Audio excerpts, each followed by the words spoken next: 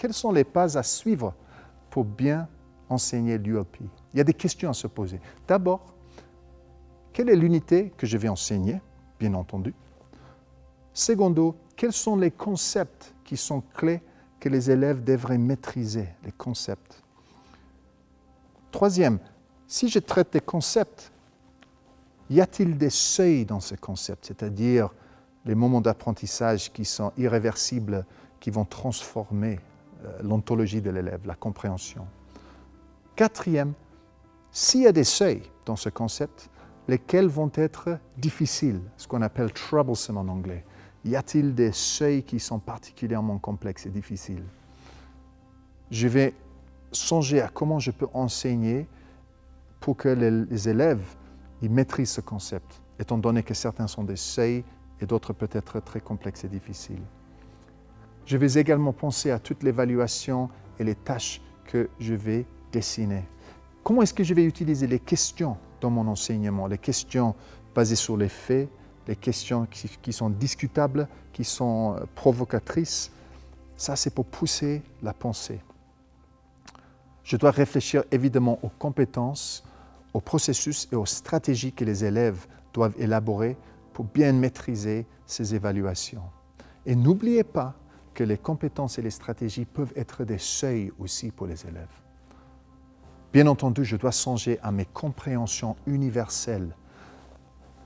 N'oubliez pas que ça, c'est deux concepts, ou peut-être trois, qu'on va mettre ensemble dans une phrase qui est très puissante, philosophique et transférable. Ça, c'est vraiment le grand but de cette unité. Mais il ne faut pas que les seules compréhensions universelles soient dictées par le professeur ou décidées en amont par le professeur. En fait, on n'aime pas les dicter. Il faut les cacher un peu pour que les élèves y arrivent eux-mêmes.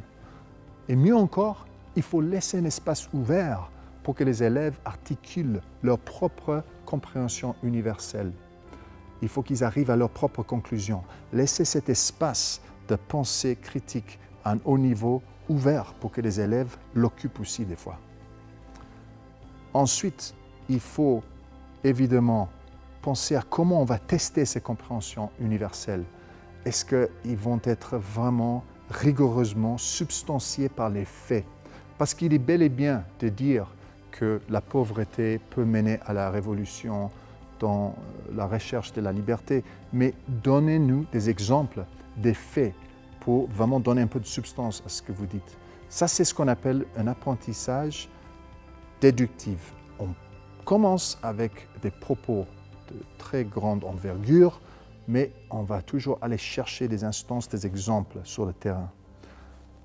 L'autre processus, qui est de monter vers les compréhensions universelles, on appelle ça une pensée inductive.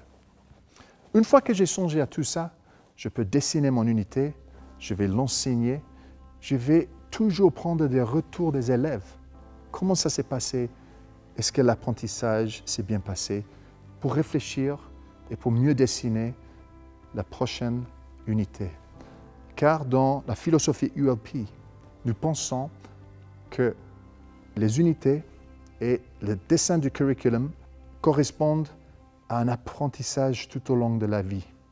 C'est-à-dire qu'on est toujours en train de réfléchir, de moduler, d'adapter.